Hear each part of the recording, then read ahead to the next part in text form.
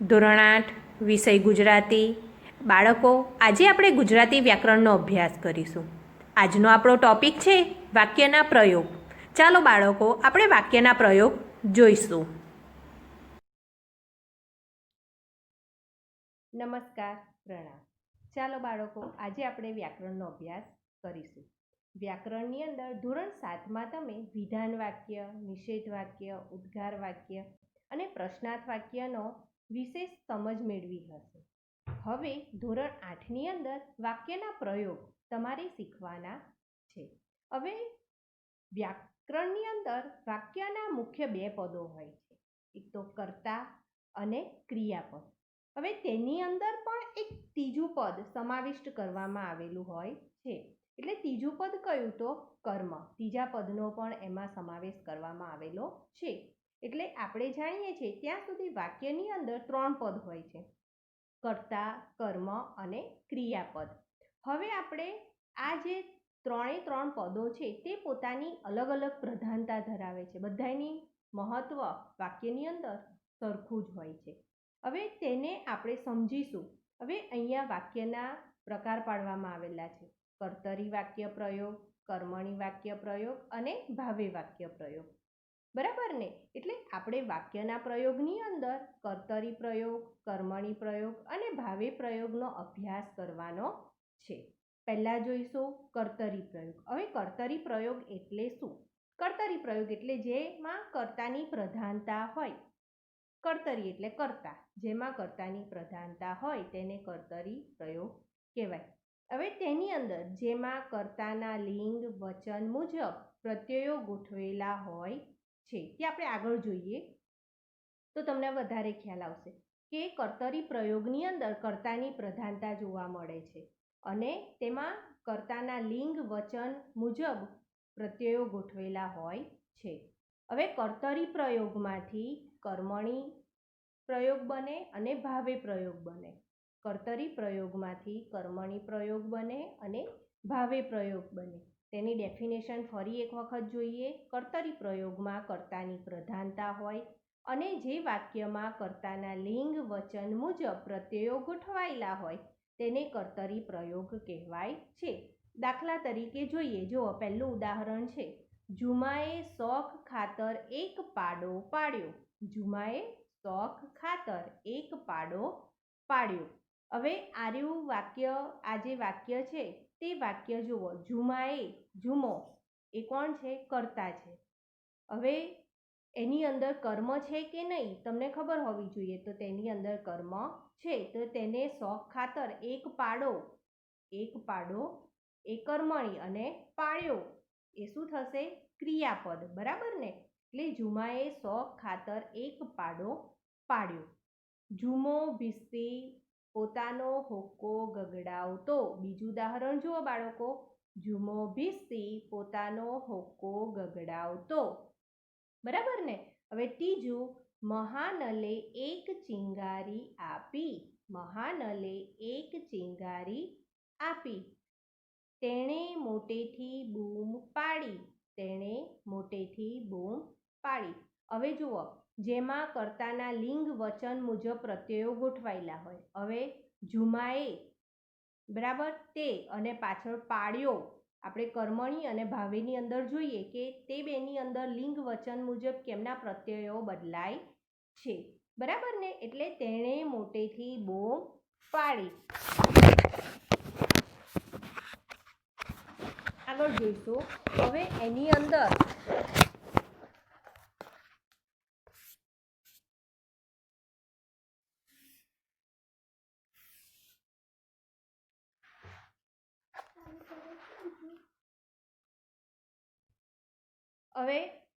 જોઈએ કે સૂત્ર હવે મેં મારી રીતે આપેલું છે. સૂત્ર કઈ રીતે બનાવ્યું છે? તો કર્તરી વાક્ય પ્રયોગ, બરાબર, એ સકર્મકમાંથી કર્મણી પ્રયોગ બને.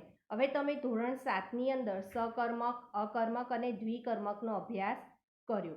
સકર્મક એટલે એક કર્મ હોય, દ્વિકર્મક એટલે 2 કર્મ હોય અને અકર્મક એટલે એક પણ કર્મ જોવા મળે નહીં. હવે અહીંયા આગળ આપણે ઉદાહરણ જોઈશું. કે કર્તરી પ્રયોગમાંથી શામાં રૂપાંતર થાય? કર્મણીમાં રૂપાંતર થાય. કર્તરીમાંથી વાક્ય અકર્મક હોય તો ભાવીની અંદર રૂપાંતર થાય. ફરી એક વખત, કર્તરી વાક્ય સકર્મક હોય તો કર્મણી વાક્ય પ્રયોગમાં રૂપાંતર થાય. જ્યારે કર્તરી વાક્ય અકર્મક હોય તો ભાવીની અંદર રૂપાંતર થાય છે. બરાબર ને? એટલે તમને કર્તરી વાક્ય પ્રયોગમાં સમજ પડી હશે. ફરી એક વખત, કર્તરી વાક્ય પ્રયોગ એટલે શું? કર્તરી વાક્ય પ્રયોગ એટલે કર્તાની પ્રધાનતા હોય અને લિંગ વચન મુજબ પ્રત્યયો ગોઠવાયેલા હોય છે. ખાસ ધ્યાન એ રાખવાનું કે કર્તરી વાક્ય સકર્મક હોય તો કર્મણીમાં રૂપાંતર થાય અને કર્તરી વાક્ય અકર્મક હોય તો ભાવેમાં રૂપાંતર થાય છે. આ ખાસ ધ્યાન રાખવાનું છે. હવે બીજું જોઈશું કર્મણી પ્રયોગ. 2 નંબર જોઈશું કર્મણી પ્રયોગ. હવે કર્મ એટલે કર્મની પ્રધાનતા હોય, જેમાં કર્મમાં લિંગ વચન મુજબ પ્રત્યયો ગોઠવાયેલા હોય છે. બરાબર ને? જો અમે આગળ તમને પહેલામાં કીધું કર્તરીની અંદર કે વાક્ય કેવું હોય? સકર્મક હોય ને? તો અહીંયા આગળ બી કર્મણી પ્રયોગમાં વાક્ય કેવું હોય? સકર્મક વાક્ય રચના હોય છે. હવે તેની પૂરેપૂરી ડેફિનેશન જોઈશું. કર્મની પ્રધાનતા હોય, જે વાક્યમાં કર્મના લિંગ વચન મુજબ પ્રત્યયો ગોઠવાયેલા હોય અને વાક્ય સકર્મક હોય તેને કર્મણી પ્રયોગ કહે છે. હવે કર્મણી પ્રયોગમાંથી ફક્ત કર્તરી પ્રયોગ થાય. કર્મણીમાંથી શામાં પ્રયોગ થાય? કર્તરી. અને કર્તરીમાંથી કર્મણી અને ભાવે બંનેની અંદર રૂપાંતર થાય છે. હવે આપણે દાખલા તરીકે જોઈએ તો આગળ આપણે જોયું કર્મણીની અંદર કે ઝુમાએ શોખ ખાતર એક પાડો પાડ્યો.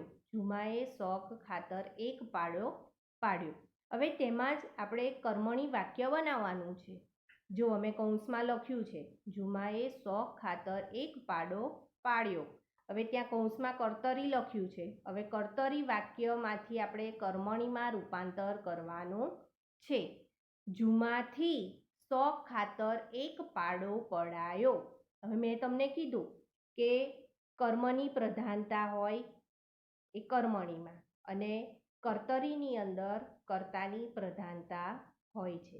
હવે જુઓ, આપણે પહેલાં જોઈશું કર્તરી વાક્ય. તો ઝુમાએ જોયું ને?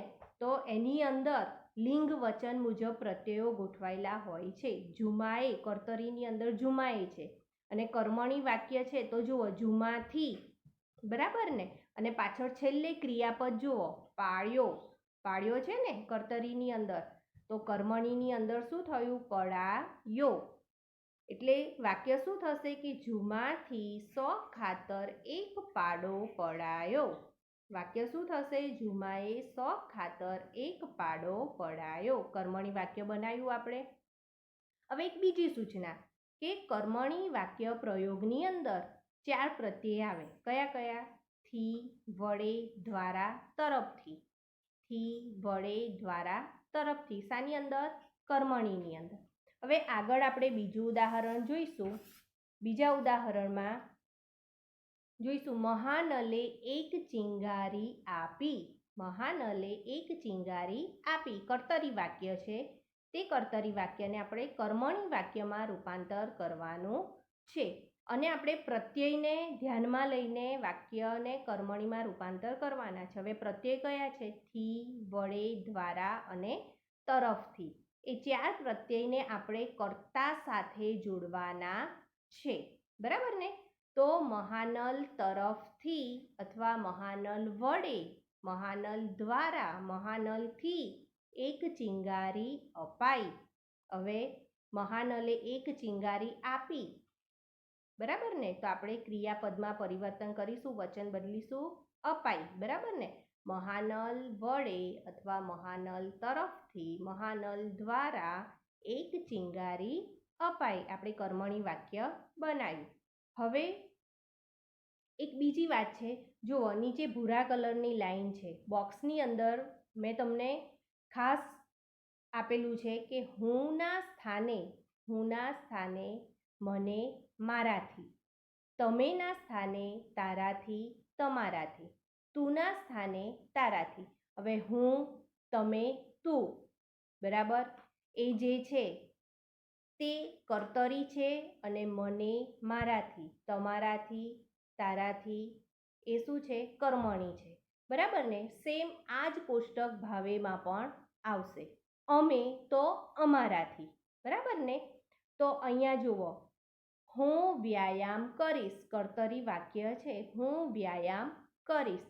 હવે અહીંયા કોષ્ટકમાં જુઓ, કૌંસમાં જે બોક્સની અંદર આપેલું છે એમાં હુંના સ્થાને શું લેવાનું છે? મને અથવા મારાથી. તો હું વ્યાયામ કરીશ, તો આપણે મને અથવા મારે બેમાંથી એક શબ્દ લેવાનો છે. તો મને વ્યાયામ કરાશે. વાક્ય રચના બેસે છે? નથી બેસતી. તમે બોલશો એટલે તમને તરત જ ખબર પડશે કે વાક્ય રચના સાચી છે કે ખોટી છે. એટલે શું આવશે? મારાથી વ્યાયામ કરાશે. મારાથી વ્યાયામ કરાશે. કર્મણી વાક્ય બનાવ્યું. હવે આગળ જોઈશું. સરકારે રાહત કેન્દ્રો ખોલ્યા છે. કર્તરી વાક્ય છે, એમાંથી આપણે કર્મણી બનાવવાનું છે. તો સરકાર તરફથી અથવા સરકાર વડે રાહત કેન્દ્રો ખોલાયા છે.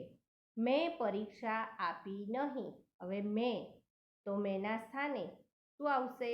મારાથી. મેંના સ્થાને મારાથી. હું, મેં એ બધું એક જ કહેવાય. મારાથી પરીક્ષા અપાઈ નહીં. આપણે કર્મણી વાક્ય બનાવ્યું. હવે આગળનું ઉદાહરણ જોઈશું. 5મું. શિલ્પીએ કેટલી ખૂબીથી આ મૂર્તિ કંડારી છે. કર્તરી વાક્ય છે, એમાંથી આપણે કર્મણી બનાવવાનું છે.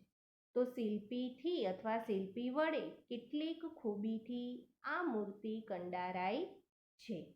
હવે આપણે આગળ જોઈશું. હું તમને હવે કર્મણી વાક્ય આપીશ. તમારે જાતે જ કર્તરી વાક્ય બનાવવાનું છે. મારાથી શૈશવની સ્મૃતિમાં ખોવાઈ જવાયું. મારાથી શૈશવની સ્મૃતિમાં ખોવાઈ જવાયું. શૈશવ એટલે બાળપણ. બાળપણની યાદમાં ખોવાઈ જવાયું. હવે તમારે આ જે કર્મણી વાક્ય છે તેમાંથી કર્તરી વાક્ય બનાવવાનું છે. તો કઈ રીતે બનાવશો? મારાથી તો શું આવશે? હું શૈશવની સ્મૃતિમાં ખોવાઈ ગયો અથવા ખોવાઈ ગઈ. છોકરી હોય તો ગઈ લખશે અને છોકરો છે તો ગયો. તે રીતે લખાશે, બરાબર ને? એટલે કર્તરી વાક્યમાંથી કર્મણીમાં રૂપાંતર થાય, બરાબર ને? એટલું તમારે ખાસ ધ્યાન રાખવાનું રહેશે. હવે કર્તરી વાક્ય સકર્મક હોય તો કર્મણીમાં રૂપાંતર થઈ શકે. હવે આપણે આગળ જોઈશું ભાવે વાક્ય. હવે ભાવે વાક્યમાં ક્રિયાપદની પ્રધાનતા હોય છે. જેમ કે કર્તરી વાક્ય છે એમાં કર્તાની પ્રધાનતા, પછી કર્મણી વાક્યમાં કર્મની પ્રધાનતા, ભાવેની અંદર ક્રિયાપદની પ્રધાનતા હોય છે. ક્રિયાપદમાં લિંગ વચન મુજબ પ્રત્યયો ગોઠવાયેલા હોય છે અને વાક્ય કેવું હોય? અકર્મક વાક્ય રચના હોય છે. એકદમ સહેલી વ્યાખ્યા છે 3 જુઓ, ફરી એક વખત હું યાદ કરાવું. કર્તરી વાક્ય પ્રયોગ તો કર્તાની પ્રધાનતા હોય અને જેમાં કર્તા લિંગ વચન પ્રમાણે પ્રત્યયો ગોઠવાયેલા હોય તેને કર્તરી વાક્ય પ્રયોગ કહે છે. કર્તરી વાક્ય પ્રયોગમાંથી કર્મણી અને ભાવે વાક્ય પ્રયોગ બને છે. આપણે બીજું જોઈશું કર્મણી પ્રયોગ. કર્મણી પ્રયોગમાં કર્મની પ્રધાનતા હોય છે, જેમાં કર્મ લિંગ વચનના પ્રત્યયો મુજબ તેના પ્રત્યયો ગોઠવાયેલા હોય છે અને વાક્ય સકર્મક હોય છે. ભાવે વાક્યમાં ક્રિયાપદની પ્રધાનતા હોય છે. ક્રિયાપદમાં લિંગ વચન મુજબ પ્રત્યયો ગોઠવાયેલા હોય છે અને વાક્ય અકર્મક હોય છે. હવે આપણે જોયું કે કર્મણીની અંદર 4 પ્રત્યય છે: થી, વડે, દ્વારા, તરફથી. હવે ભાવેની અંદર તેમાં જ 3 પ્રત્યય લેવાના છે: થી, વડે અને દ્વારા. આ 3 પ્રત્યયો ભાવેની અંદર આવશે, તરફથી આવશે નહીં. એટલે આપણે તેનું ધ્યાન ખાસ રાખવાનું રહેશે. હવે તે જ કોષ્ટક જુઓ જે આગળ આપણે બોક્સની અંદર જોયું. હુંના સ્થાને મને, મારાથી, તમેના સ્થાને તારાથી અથવા તમારાથી, તુંના સ્થાને તારાથી, અમે હોય તો અમારાથી, બરાબર? એ ખાસ ધ્યાન રાખજો. હવે ભાવે પ્રયોગ ભાવે પ્રયોગમાંથી કર્તરીમાં જ રૂપાંતર થાય. હવે ભાવે પ્રયોગનું વાક્ય આપ્યું હોય અને તમને કીધું હોય કે કર્તરીમાં રૂપાંતર કરો, તો તમે કર્મણીમાં રૂપાંતર કરી શકો નહીં. સિમ્પલ યાદ રાખવાનું, કર્તરીમાંથી કર્મણી અને ભાવેમાં રૂપાંતર થાય છે, બરાબર. કર્મણીમાંથી ફક્ત કર્તરીમાં રૂપાંતર થાય છે અને ભાવેની અંદર પણ ફક્ત કર્તરીમાં રૂપાંતર થાય છે. હવે આગળ આપણે કર્તરીની અંદર આ વાક્ય જોયું. કર્તરી વાક્ય પ્રયોગમાં ઝુમો સવારમાં ફરવા નીકળ્યો, કર્તરી વાક્ય. હવે એનું આપણે ભાવે વાક્ય બનાવવાનું છે. તો ઝુમાથી સવારમાં ફરવા નીકળાયું, ઝુમાથી સવારમાં ફરવા નીકળાયું. હવે તમને ખ્યાલ આવી ગયો હશે, કર્તરી વાક્ય પ્રયોગ જોયો તેવી જ રીતે ભાવે વાક્ય પ્રયોગ છે અને કર્મણી વાક્ય પ્રયોગ છે. હવે ભાવેની અંદર વાક્ય અકર્મક હોય છે, એ તમને ખબર જ છે, ધોરણ 7માં તમે એનો અભ્યાસ કર્યો છે. હવે આગળ જોઈશું, તેણે મોટેથી બૂમ પાડી, તેણે મોટેથી બૂમ પાડી. હવે વાક્ય તમને ઓળખતા આવડે, કર્તરી જ વાક્ય છે. હવે આપણે ભાવે બનાવવાનું છે. તેનાથી મોટેથી બૂમ પડાઈ, તેનાથી મોટેથી બૂમ પડાઈ. હવે આપણે આગળ જોઈશું કે તે એકદમ રસ્તા તરફ દોડ્યો, કર્તરી વાક્ય છે. હવે ભાવે બનાવવાનું છે, તો તેના સ્થાને આપણે શું લેવાનું છે? તેનાથી. તો તેનાથી એકદમ રસ્તા તરફ દોડાયું. હવે હું તમને ભાવે વાક્ય આપું છું, તેમાંથી તમારે કર્તરી વાક્ય બનાવવાનું છે. શાહી વિના મારાથી લખાય ક્યાંથી, શાહી વિના મારાથી લખાય ક્યાંથી ભાવે વાક્ય છે, તેમાંથી તમારે કર્તરી વાક્ય બનાવવાનું. હવે તમારે આની અંદર કર્તા કયો છે તમને ખબર હોવી જોઈએ.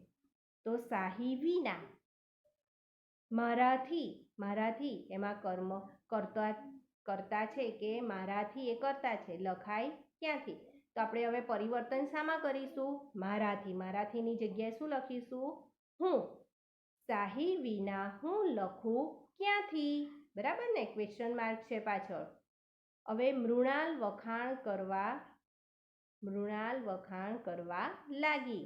કર્તરી વાક્યમાંથી ભાવે વાક્ય બનાવવાનું છે. તો મૃણાલથી વખાણ કરવા લાગ્યા, મૃણાલથી વખાણ કરવા લાગ્યા. બરાબર ને બાળકો? તમને કર્તરી વાક્ય પ્રયોગ, કર્મણી વાક્ય પ્રયોગ અને ભાવે વાક્ય પ્રયોગમાં સમજ પડી હશે.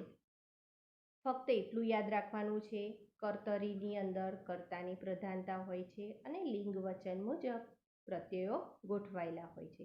કર્તામાંથી કર્મણી અને ભાવેમાં રૂપાંતર થાય છે.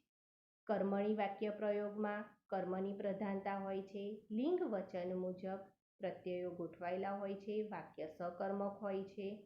કર્મણીમાંથી કર્તરી જ વાક્ય પ્રયોગ બને છે. ભાવે વાક્ય પ્રયોગ ક્રિયાપદની પ્રધાનતા હોય છે, લિંગ વચન મુજબ પ્રત્યયો ગોઠવાયેલા હોય છે, તેમાં વાક્ય અકર્મક હોય છે. ભાવેમાંથી કર્તરી જ વાક્ય પ્રયોગ બને છે. આટલું તમારે ધ્યાન રાખવાનું રહેશે, તો તમને વાક્યના પ્રયોગ આવડશે. હવે આ 3 વાક્ય પ્રયોગ તો આપણે કહીએ છીએ, પરંતુ વાક્યની અંદર સાદું વાક્ય અને પ્રેરક વાક્ય પણ બનાવવામાં આવે છે. તો પ્રેરક વાક્યની રચના કઈ રીતે બને છે તે આપણે સમજીએ. તો પ્રેરક વાક્યમાંથી હંમેશા સાદું વાક્ય બને અને સાદા વાક્યમાંથી પ્રેરક વાક્ય રચના બને. હવે પ્રેરક વાક્ય રચના, તો ક્રિયાપદમાં જ્યારે ક્રિયા કરવાનો, જોજો હો, ધ્યાનથી જોજો, ક્રિયાપદમાં જ્યારે ક્રિયા કરનારો પ્રેરવાનો અર્થ હોય ત્યારે વાક્ય રચના પ્રેરક વાક્ય બને છે. ધાતુનું પ્રેરક રૂપ મૂકીને તથા પ્રેરક કરતા ઉમેરીને વાક્ય બનાવવામાં આવે છે. હવે કઈ રીતે? તો મૂળ કર્તાને પ્રેરિત બનાવીને થાય. આપણે જોઈએ વારાફરતી.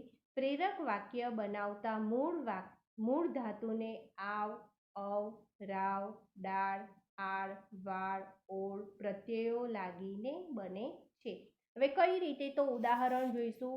તો ચાલ, તો ચલાવ, આવ પ્રત્યય લાગ્યો. ધરા, તો ધરાવ, આવ પ્રત્યય લાગ્યો. ચાખ, તો ચખાડ, આડ પ્રત્યય લાગ્યો. ખસ ખસેડ એડ પ્રત્યય લાગ્યો. હીંચ હિંચોળ ઓળ પ્રત્યય લાગ્યો. ખાય ખવડાવે આવે પ્રત્યય લાગ્યો. વધ વધાર આર પ્રત્યય લાગ્યો. બરાબર. હવે એ પ્રત્યય ક્યાં લગાડવાના હું તમને ઉદાહરણમાં સમજાવું છું. પ્રેરક વાક્ય રચનાના કર્તાને સ્થાને પ્રેરક કર્તા હોય છે અને પ્રેરક કર્તા પાસે નામ યોગી કે ને અનુગ લાગે છે. હવે જોઈએ કઈ રીતે. તો જુઓ નીચે ઉદાહરણ આપેલું છે. મીના પૂજા કરે છે. સાદું વાક્ય છે. હંમેશા એટલું યાદ રાખવાનું કે પ્રેરક વાક્યમાંથી સાદું વાક્ય બને અને સાદા વાક્યમાંથી પ્રેરક વાક્ય બને. હવે આ વાક્ય સાદું છે તો સાદું વાક્ય છે શું કહે છે કે મીના પૂજા કરે છે. હવે આને આપણે પ્રેરક કર્તા વાળું વાક્ય બનાવવાનું છે. તો ઉપર જુઓ એની ઉપર ડેફિનેશન લખેલી છે. પ્રેરક વાક્ય રચનાના કર્તાને સ્થાને પ્રેરક કર્તા હોય છે અને પ્રેરક કર્તા હોય એની જોડે પાસે નામયોગી છે કે ને અનુગ લાગે છે. પાસે અથવા ને બંનેમાંથી કોઈ લાગે છે. હવે મીના પૂજા કરે છે. હવે પ્રેરક વાક્ય બનાવવાનું છે તો તેને પ્રેરક કરતા તો જુઓ નીચે લખેલું છે કે બા મીના પાસે પૂજા કરાવે છે. બા મીના પાસે પૂજા કરાવે છે. હવે બા કોણ છે તો પ્રેરક કરતા. બા એને પ્રેરણા આપે છે. કોને પ્રેરણા આપે છે તો મીના. મીના પ્રેરિત થાય છે અને નામયોગી પાસે પૂજા કરાવે. જુઓ કરાવે પ્રત્યય લાગ્યો આવ પ્રત્યય બરાબર આવે છે. તો થશે કે બા પ્રેરક કરતા થયા. પ્રેરિત કોણ થાય છે મીના. પછી નામયોગી પાસે પૂજા કરાવે આવ પ્રત્યય છે. હવે મીના છે એની જોડે જુઓ નામયોગી છે ત્યાં આપણે અનુગનો પણ ઉપયોગ કરી શકીએ છીએ પણ વાક્ય રચના પ્રમાણે અનુગ અથવા નામયોગી બંનેમાંથી એકનો ઉપયોગ થાય છે. હવે આગળ આપણે ઉદાહરણ જોઈશું. જુઓ ઝૂમો બૂમો પાડે છે. સાદું વાક્ય છે. ઝૂમો બૂમો પાડે છે. તો હવે આપણે એને પ્રેરક વાક્ય બનાવવાનું છે. તો એને પ્રેરક કરતા કોણ છે માણસે. માણસે ઝૂમા પાસે બૂમો પડાવે છે. માણસ ઝૂમા પાસે બૂમો પડાવે છે. પછી આગળનું ઉદાહરણ છે અક્ષય લેસન કરે છે. સાદું વાક્ય છે તો મમ્મી અક્ષય પાસે લેસન કરાવે છે. પ્રેરક વાક્ય બની શકે ને આ રીતે. અહીંયા આગળ મેં લખ્યું છે કે શિક્ષક અક્ષય પાસે લેસન કરાવે છે. ગમે તે રીતે તમે વાક્ય લખી શકો છો. એટલે વાક્ય લખી શકો છો એટલે ગમે તે ના લખાય. વાક્યમાં પ્રેરિત કરતા હોવા જોઈએ. પ્રેરિત થનાર હોવું જોઈએ. નામયોગી અથવા અનુગ અને ક્રિયાપદમાં પ્રત્યય પણ લાગવો જોઈએ. બાળકો આપણે વાક્યના પ્રયોગ જોયા. હવે હું તમને તેના ઉદાહરણ આપીશ અને તેની સમજૂતીની ફોટોકોપી મોકલી આપીશ. તે તમારે નોટબુકની અંદર લખવાનું રહેશે. આવજો.